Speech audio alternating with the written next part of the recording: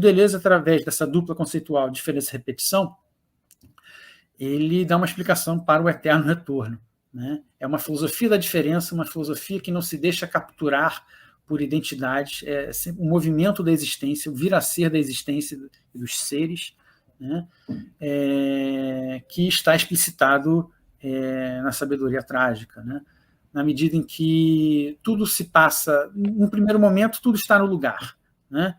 Temos uma hierarquia cósmica, né? Aqui embaixo, a natureza que não fala, o ser humano ou o animal desprovido de logos que não pensa.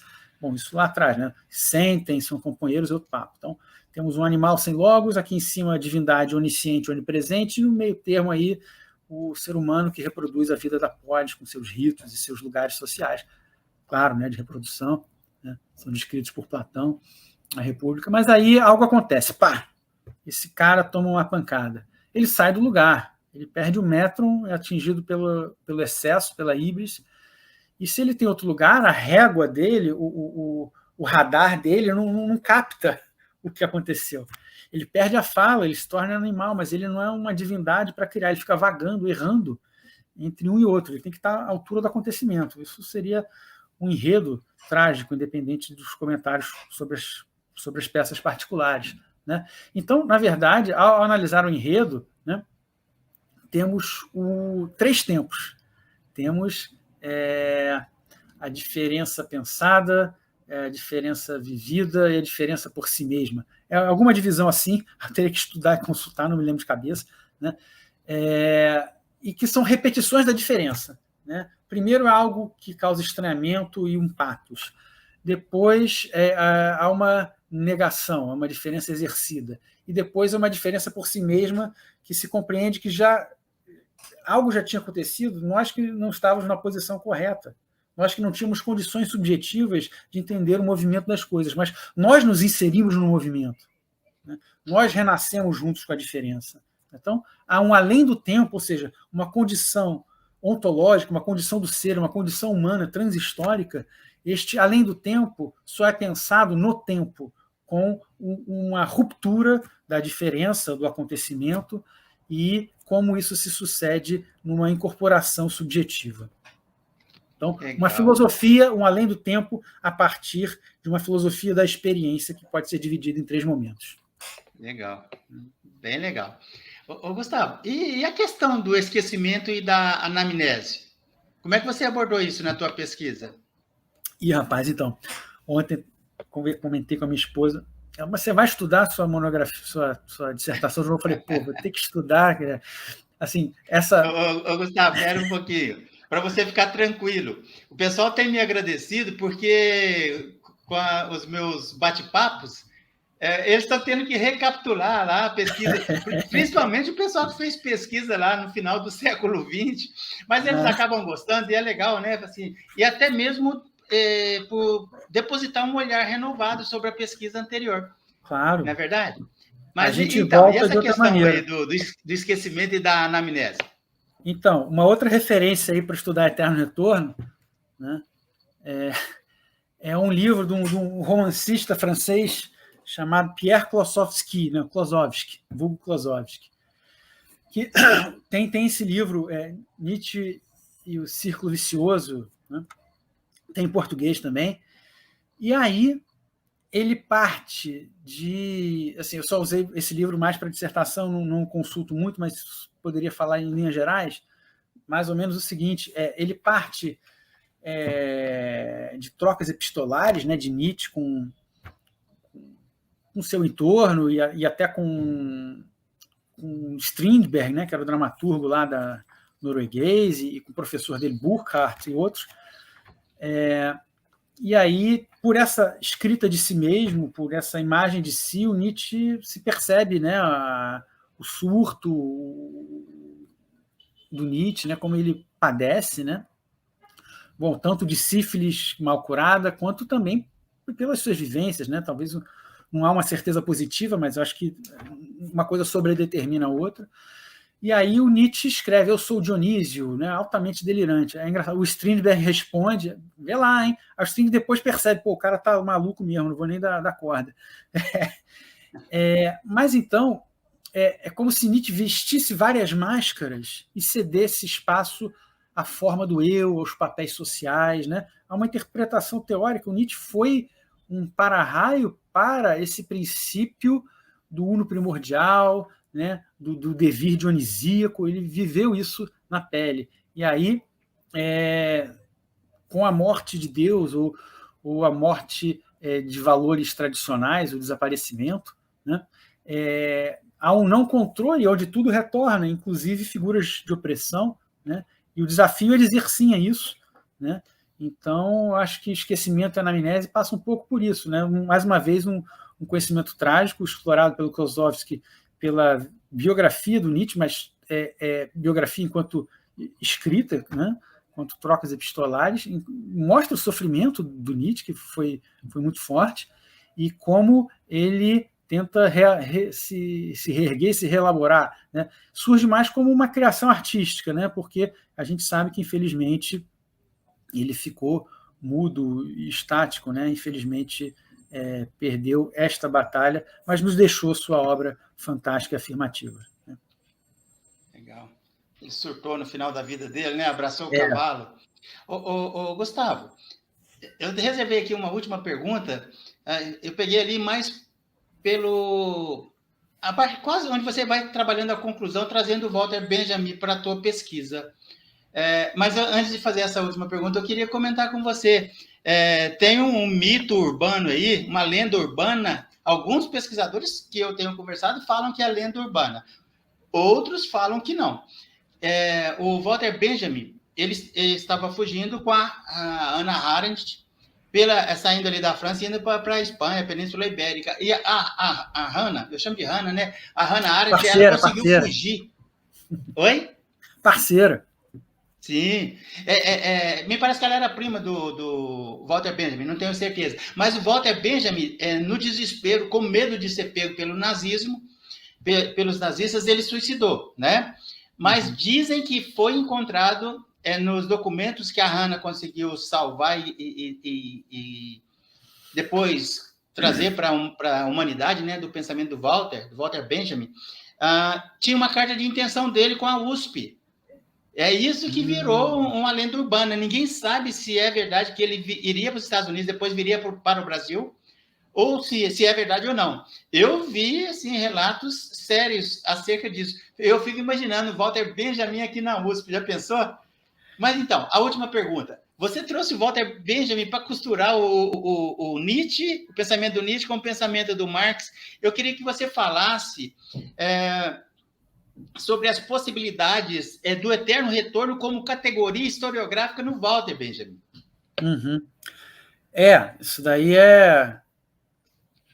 faz parte dos delírios dos pesquisadores, né? São sugestões, são aproximações, né? Assim, eu acho que há um lado, uma vertente da filosofia que seria mais acadêmica, que seria a história da filosofia, né? Como se passa de um pensamento ao outro, de uma época a outra, né? E algumas aproximações ficam proibidas, né? Interditas, né? Outras não seria tanto história da filosofia, mas seria filosofia tentar criar, juntar o que está separado, né? Quando a gente é mais jovem, a gente incorre às vezes nesses riscos, né? Bom, o Walter Benjamin também me é uma figura muito cara. Eu não sei se ele era primo da Hannah Arendt, não, mas realmente não sei. Mas, de fato, há registros que dizem que, eu não sei se dessa carta, mas o que eu sei é que ele estava com Brecht, o poeta, dramaturgo, na Dinamarca, e aí recebeu uma carta. Você tem as cartas publicadas do Benjamin em inglês, certamente tem alemão, que eu tenho aqui em inglês. Numa dessas cartas, ele recebe uma carta do crítico literário Auerbach, que escreveu aquele clássico Mimesis, né? E aí o Auerbach fala, olha, parece que tem uma universidade ali no Brasil com grana, estão chamando aí os europeus. Vamos? Partiu? Aí o Benjamin, não, ficar na França, os franceses vão resistir. Não quis ir, né? É uma pena. Veio o Lévi-Strauss, né? Mas Thomas Mann, o Getúlio Vargas não deixou o Thomas Mann vir também, né? São acasos, né? Mas dá um alentozinho, já pensou Walter Benjamin, que acho que ele ia gostar, né? Sair, juntar uma formação dele com nossa cultura brasileira, eu acho que dava samba, dava uma tropicália legal, né? Gustavo, e ele morreu muito cedo, né? 40 e poucos anos. Pois é, né? Podia ter produzido tanta coisa, né? Mas, O século XX foi um século de desespero para a humanidade. Desespero e surgimento de perspectivas, né? Sim, catástrofes, bomba atômica, genocídios, né? E um filósofo que eu gosto muito, Alain Badiou, né? Ele é vivo ainda, ele fala que o século XX foi o século dos desastres, né? Isso, muita gente culpa a filosofia, culpa da filosofia que pensou na razão prática. Ele, não, a filosofia não tem nada com isso, não. A filosofia vai pensar as coisas que se passaram, né? A filosofia pode nos ajudar, né? Pelo contrário, a Você sair dos sabe que eu buracos. estava lendo um livro do Hans Jonas, O Conceito de Deus após Auschwitz. Assim, o cristianismo e a teologia passou por uma crise enorme no século XX. Dizem que ela ressurgiu. Aí a gente entra na esfera aí das fronteiras da epistemologia e da metafísica, que não é objeto do nosso bate-papo. É outra coisa para a gente colocar na mesa lá tomando chopinho na praia. Nosso chopinho. Mas e aí, fala mais um pouquinho do Walter Benjamin dentro do contexto da tua pesquisa. É verdade, perdão. Então, nesse segundo momento, é o seguinte, né? O Walter Benjamin, quando ele era leitor de Lukács, era amigo do Adorno, né? Leu Karl Koch, mas, por exemplo, um crítico como Michael Levy, né? Vulgo Michel Levy, é um brasileiro radicado na França, né? Ele dizia, olha, quando o Benjamin escreve Marx, você pode ler Lukács. Talvez ele conhecesse mais Lukács do que Marx, né? Mas em 27 ele meio que se converte ao marxismo, né? E sempre estudou teoria da história, como obras de arte mostram camadas de tempo, como obras de arte mostram construções de ideias, né? Isso desde muito jovem, né? E isso se torna um aliado aí para pensar o materialismo histórico, né? Então, em 1940, morreu em 1940, jovem, como você anotou bem, né? Ele estava com uns esboços das famosas teses sobre o conceito de história, ou sobre o conceito de história, né? Também é uma escrita não sistemática, né?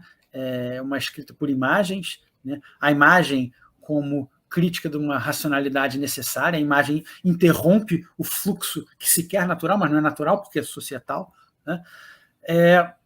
E ele fala que a história é uma catástrofe, a história é a história do terror, a história é a história dos vencedores, né? E que estamos caminhando para a catástrofe, né? Ele está pensando no nazismo, está pensando na Shoah, está pensando na caça aos comunistas, né? Então, se trata de pensar a história de outra maneira, a história enquanto interrupção, enquanto encontro daqueles que não se encontram, né?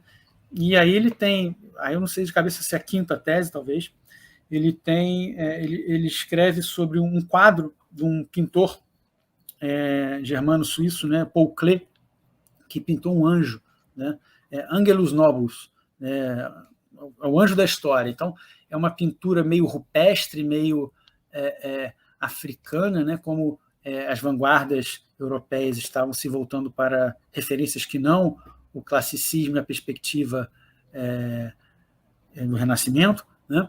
E aí é um anjo que olha para trás, mas vai para frente. Então ele fala que essa é a nossa condição, né?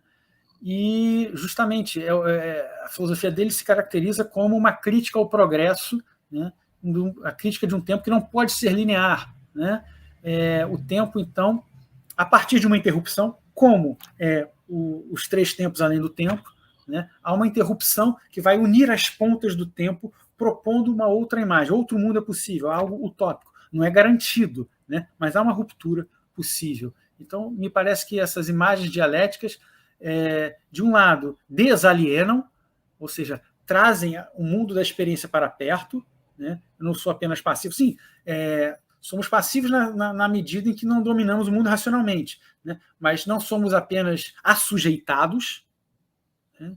Somos passivos sem sermos necessariamente assujeitados. Então, essa ideia de desalienação, né? De trazer para perto, da gente tentar, né? Então, há um lado marxista, né? Ou seja, uma primazia do político, como diria Daniel Bansaíd, um dos meus orientadores, né? Benjamin coloca a primazia do político. Isso está no seção N do livro sobre Paris, o livro inacabado que estava com Benjamin quando ele se matou, né?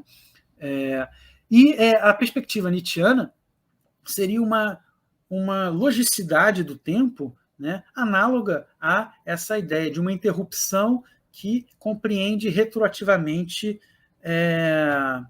o seu próprio passado. E aí você necessariamente pensa com imagens e não com uma organização formal. Legal. E ao final do teu mestrado, quais foram as conclusões que você chegou?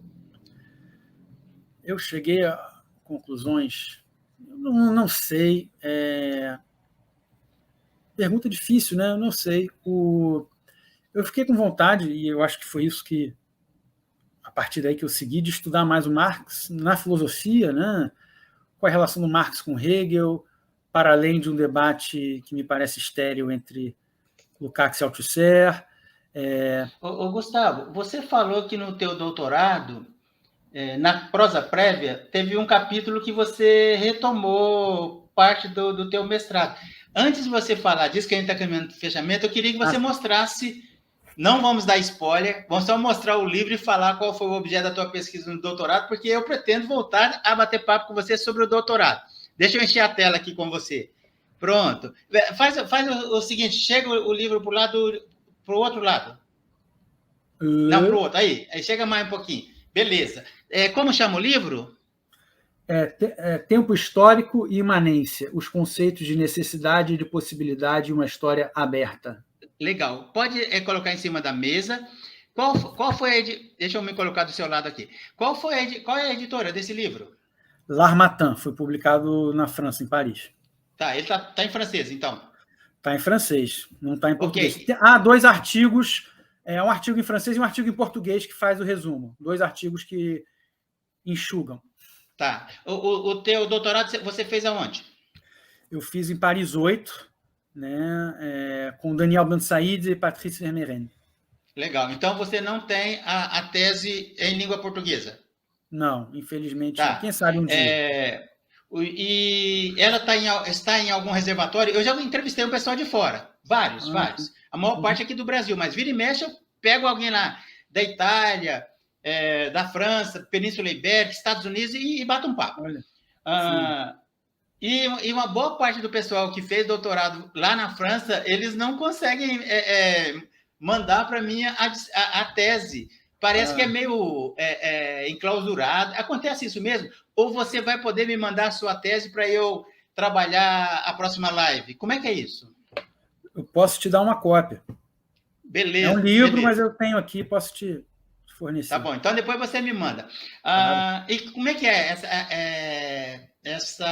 esse capítulo aí que você retomou um pouco do mestrado? Fala um pouquinho sobre ele, já caminhando para o encerramento. Claro, então.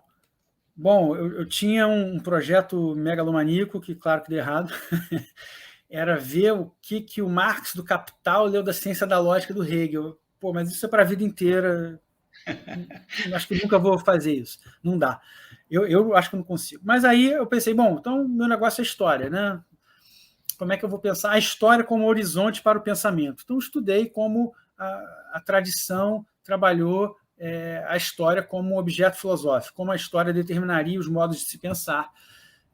Isso seria uma introdução à primeira parte, para depois ver como um pedaço do Hegel pode funcionar de uma maneira marxizante, né? Compreender a história como uma dialética entre continuidade e ruptura, né? Ruptura como diferença no pensamento contemporâneo, como acontecimento. Aí eu estudei um pouco a noção de acontecimento, que os franceses trabalham muito, Événement.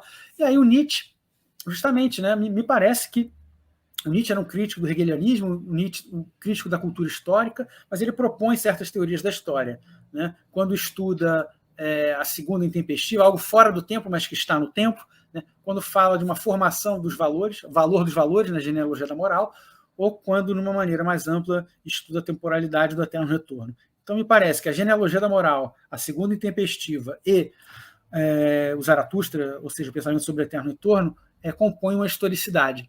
E aí eu digo que essa historicidade em Nietzsche tem certos limites, mas uma leitura pós-nietzschiana poderia pensar a história, independente de filiação, Hegel, Marx ou tal, mas me interessa uma dialética entre continuidade e ruptura. Legal, Gustavo, legal, muito bom. Então, Gustavo, a gente está caminhando para o fechamento. Eu quero agradecer a tua disponibilidade. Você está fazendo as malas? Está esperando mais um pouco? Quando é que você vai para o Chile? Devo ir final de julho, mais uns 2 meses aqui. Legal. Aí, quando você estiver por lá, a gente vai combinar essa live sobre o teu doutorado e, de repente, até falar um pouco sobre a cidade onde você estará, a tua perspectiva do Chile. O Chile tem me interessado muito, viu? Os movimentos sociais que estão acontecendo no Chile. Então, Gustavo, eu vou deixar esses minutos finais, antes de encerrar, para suas considerações, te agradecendo e renovando o convite para quem for assistir aí no futuro, para seguir o canal, deixar o like, compartilhar para o YouTube ponderar a relevância aí da democratização do conhecimento para a sociedade. Gustavo, eu gostaria que você encerrasse comentando. Me parece que você trouxe, tanto no mestrado como no teu doutorado, posições ou perspectivas extremamente ousadas e inéditas. Você vê dessa forma ou não? E já traçando as suas considerações finais. Sim. Bom, antes de mais nada, uma vez mais, obrigado pelo convite, pelo bate-papo. Eu acho que é importante a gente divulgar conhecimento, né? Não deixem de dar uma olhada no Linha de Divisa e de ver o nosso bate-papo, né? Bom, eu não sei, eu acho que o meu mestrado ficou mais bem acabado, a minha opinião.